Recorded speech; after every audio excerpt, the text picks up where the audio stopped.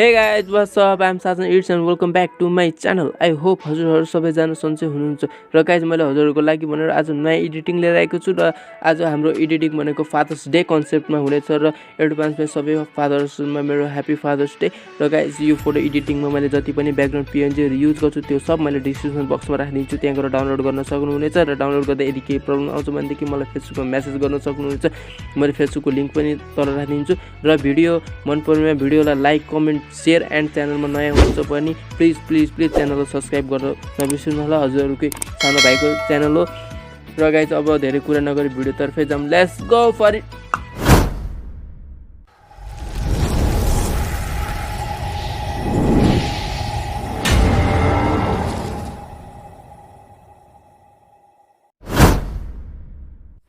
So guys सबैभन्दा पहिला हजुरले यो ब्याकग्राउन्ड डाउनलोड गर्नुपर्ने हुन्छ र यो ब्याकग्राउन्डको लिंक चाहिँ तल डिस्क्रिप्सन बक्समा दिएको छ त्यहाँ गएर डाउनलोड गर्न सक्नुहुनेछ र डाउनलोड गरिसकेपछि सिम्पली अब हामी हाम्रो एड फोटोमा जानेछौँ र एड फोटोमा गएर हामी हाम्रो फोटोलाई लिनेछौँ र फोटोको ब्याकग्राउन्ड कसरी इरेज गर्ने भनेर हजुरलाई आउँदैन भनेदेखि मैले यसमा फुल भिडियो बनाएको छु त्यसको लिंक पनि म तल राखिदिनेछु त्यहाँ गएर हेर्न सक्नुहुनेछ फोटोको ब्याकग्राउन्ड कसरी इरेज गर्ने भनेर र मैले यो फोटो लिइसकेको छु अब सिम्पली अब यसलाई म ठुलो बनाएर यहाँ राखिदिन्छु मिलाएर राखिदिन्छु र म यहाँबाट डन गरिदिन्छु र डन गरिसकेपछि सिम्पली फेरि म यहाँ एड फोटोमा जानेछु र एड फोटोमा गएर म मेरो फ्रेमको पीएनजी लिन्छु र जति पनि पीएनजीहरु मैले युज गर्छु त्यो सब मैले डिस्क्रिप्सन बक्समा राखिदिन्छु त्यहाँ गएर डाउनलोड गर्न सक्नुहुन्छ र फ्रेम लिइसकेपछि सिम्पली यसरी हामी यहाँ मिलाएर राखिदिन्छौँ र यसको ओपेसिटी कम गरेर इरेजरमा गएर जति पनि हाम्रो फिङ्गरमा फ्रेम आएको छ त्यसलाई हामी यसरी इरेज गर्छौँ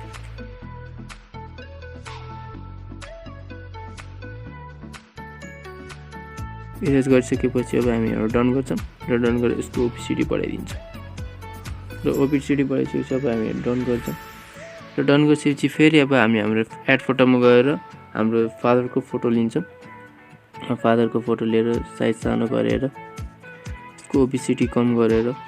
फोटोको यसलाई हामी यहाँ तल यसरी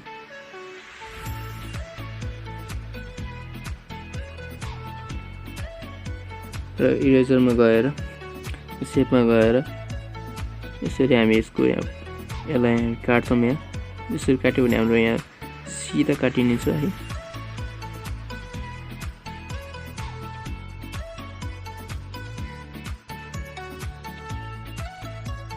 र डन गरिसकेपछि अब हाम्रो जति पनि हाम्रो यहाँ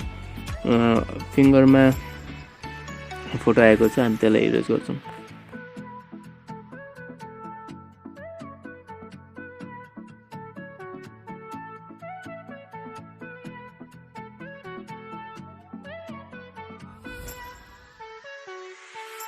हामी यहाँबाट डन गरिदिन्छौँ र डन गरेपछि यसको ओपेसिटी बढाइदिन्छौँ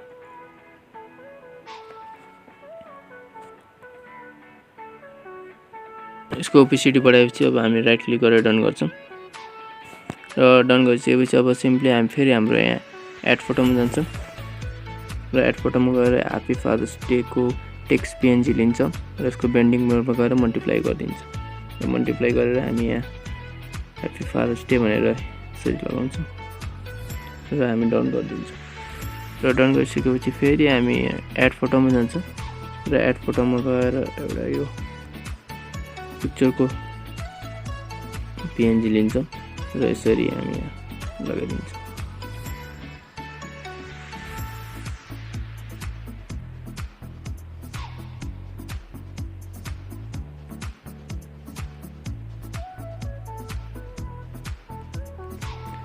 र अब हामी एउटा डन गरिदिन्छौँ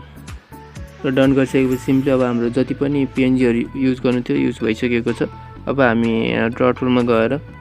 यो फोटोलाई 3 डटमा गएर सेभ गर्नेछौँ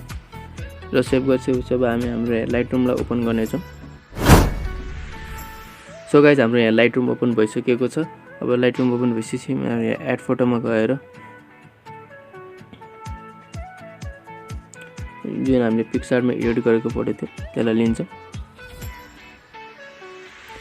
र हाम्रो फोटो एड भइसकेको छ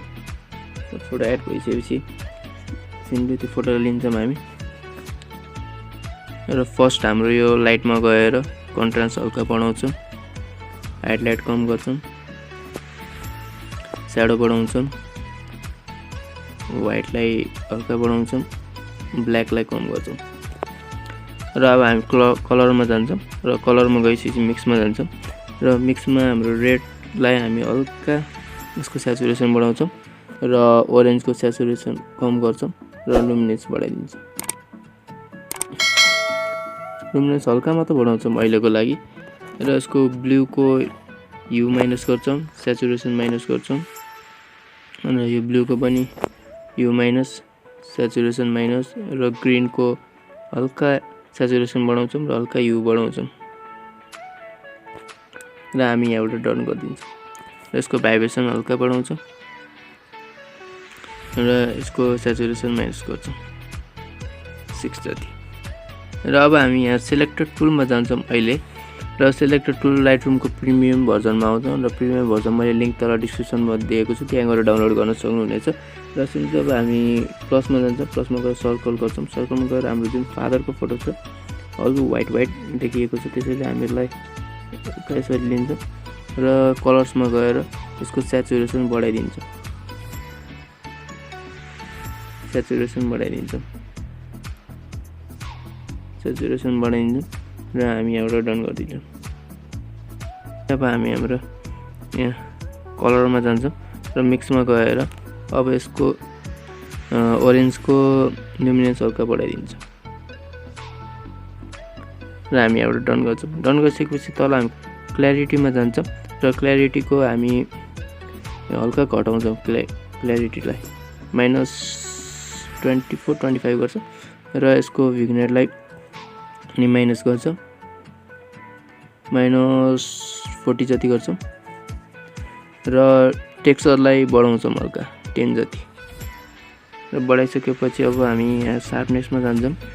र पिक्चरलाई सार्प गर्छौँ र नोइज रिड्युसिङ हल्का बढाइदिन्छौँ र हामी यहाँबाट डन गर्छौँ र हामी फेरि सेलेक्टेड टुलमा जान्छौँ र सेलेक्टेड टुलमा गएपछि अब त ग्रेनेड चुज गर्छौँ र ग्रेनेड हल्काबाट तलबाट दिन्छौँ र यसको एक्सपोजर माइनस गर्छौँ र हामी यहाँ डन गर्छौँ। सो गाइज हाम्रो फोटो चाहिँ रेडी भइसकेको छ है। अब यो फोटोलाई हामी बिफोर आफ्टर गरेर हेर्छौँ र बिफोर हाम्रो पिक्सार्टमा फोटो केही यस्तो प्रकारको थियो जुन हेर्नलाई अलि रियल जस्तो देखिएको थिएन भनेदेखि हामीले लाइटरुममा कलर ग्रेडिङ गरिसकेपछि हाम्रो फोटो केही यस्तो प्रकारको देखिएको छ जुन हल्का रियल जस्तै देखिएको छ है। र अब यो फोटोलाई हामी यहाँ सेयरमा गएर एक्सपोर्ट एजमा गएर राइट क्लिक गरेर सेभ गरिदिन्छौँ र सो गाइज यो भिडियो यति नै हो है। आई होप हजुरहरूलाई यो भिडियो मन पर्यो भने भिडियोलाई लाइक कमेन्ट सेयर एन्ड च्यानलमा नयाँ हुनुहुन्छ भने च्यानल सब्सक्राइब गर्न नभुल्नु होला। अब नेक्स्ट कन्सेप्ट केमा चाहिन्छ कमेन्ट पनि गरिदिनु होला र अब नेक्स्ट भिडियोमै भेटौँ। तपाईसम्म एडिटिङ गर्नु, मोज गर्नु, लभ यु, बाई।